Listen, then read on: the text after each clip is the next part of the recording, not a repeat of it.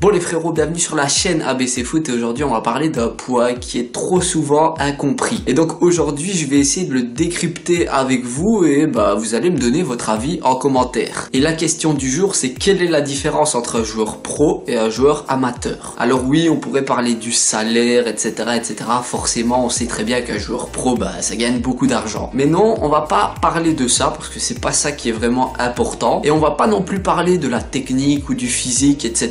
Parce que voilà, on sait très bien qu'un joueur pro ça s'entraîne tous les jours en club et donc c'est des éléments qui sont pas vraiment comparables. Et donc aujourd'hui je vais vous expliquer selon moi ce qui fait réellement la différence entre un joueur pro et un joueur amateur. Alors moi personnellement je connais des joueurs amateurs qui sont vraiment très forts. Tu vas leur demander de faire une transversale de 40 mètres à l'autre bout du terrain, et ils vont te la faire parfaitement. Et donc je prends l'exemple du joueur amateur en match, il va recevoir le ballon, donc il va contrôler, ça c'est sa première touche de balle. Ensuite il va se retourner, il va lever la tête, il va pousser encore son ballon 3-4 fois et ensuite il va enfin te faire une transversale. Et la transversale, voilà, elle est parfaite, tant mieux pour lui. Mais avant de faire cette longue passe, il a pris peut-être 5 à 6 secondes. Et il a peut-être fait aussi 8 touches de balle en plus. Maintenant on va passer à l'exemple du joueur pro en match. Alors lui, le ballon il arrive vers lui, il a déjà tourné la tête pour voir ce qui se passait de l'autre côté. Donc il va contrôler le ballon, c'est sa première touche de balle, mais il aura déjà jeté un petit coup d'œil derrière, donc il sait ce qui se passe. Ensuite il va s'orienter avec sa deuxième touche de balle. Très souvent il va encore lever la tête pour prendre l'information et lors de sa troisième touche de balle, il va te claquer une transversale de 50 mètres à l'autre bout du terrain. Et donc si on prend les deux transversales, c'est les mêmes au final. Sauf que le joueur amateur il aura pris peut-être 5-6 secondes pour faire sa transversale, alors que le joueur pro en 3 touches de balle, voire 4 maximum, il aura aussi fait une longue passe de 50 mètres dans les pieds de son coéquipier.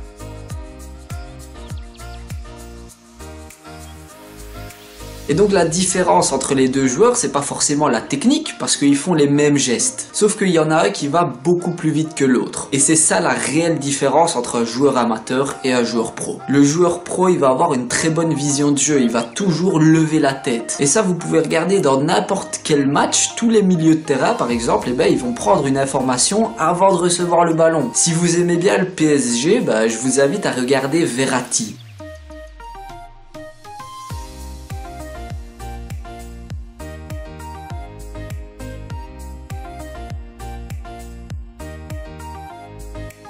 C'est hallucinant le nombre de fois où il regarde derrière lui, sur le côté, etc. pour prendre l'information. Et ça va lui permettre de faire en 2 touches de balle ce que toi tu fais en 4, 5 ou 6 touches. Alors oui, c'est vrai que les joueurs pros sont sûrement quand même meilleurs techniquement que les joueurs amateurs. Mais le fait de lever la tête, de prendre l'information, etc. ça va leur permettre de prendre une longueur d'avance qui est énorme sur le joueur amateur. Et c'est pour ça aussi que quand on regarde un match amateur, ça paraît super lent. Et c'est normal, c'est parce qu'ils n'ont pas forcément l'habitude de lever la tête, de prendre l'information et donc de mettre de la vitesse dans le jeu. Alors que quand tu regardes un match pro, c'est totalement différent. Parce que là, tu as des joueurs comme Verratti, Modric, etc.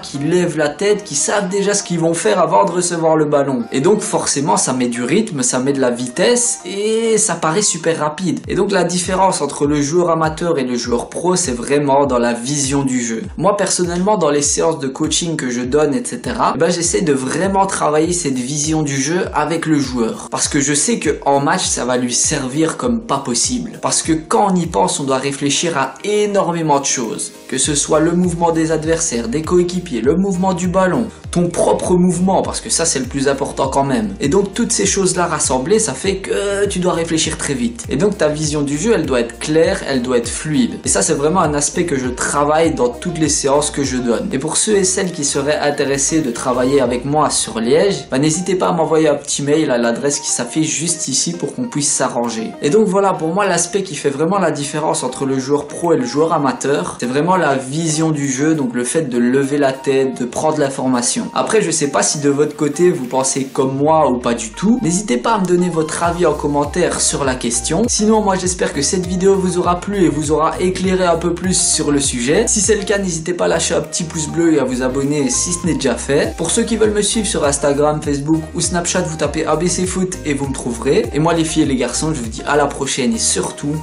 entraînez-vous bien.